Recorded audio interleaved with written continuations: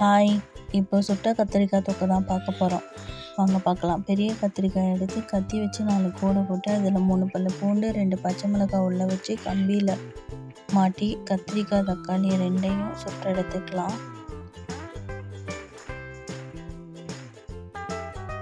இதோட தோலையும் உரிச்சிடலாம். அப்படியே ஒரு பேனில் ஆயிலை ஊற்றி சூடானதும் கடுகு, சீரகம், சோம்பு போட்டுக்கலாம். அப்படியே வெட்டி வச்ச ஆனியனை கொஞ்சம் போட்டுக்கலாம். கூடவே இஞ்சி பூண்டு பேஸ்ட்டு நல்லா தட்டி சேர்த்துக்கலாம்.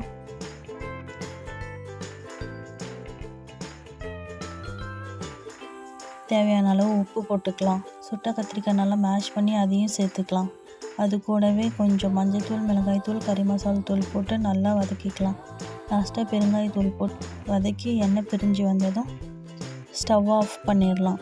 அப்படியே ஒரு பிளேட்டில் சூடான சாப்பாடை போட்டு கூடவே கத்திரிக்காய் தொக்கு கொஞ்சம் வச்சு சாப்பிட்டா சும்மா டேஸ்ட்டு அல்டிமேட்டாக இருக்கும். நீங்களும் ஒரு முறை ட்ரை பண்ணி பாருங்கள். வீடியோ பிடிச்சா லைக் அண்ட் சப்ஸ்கிரைப் பண்ணுங்கள்.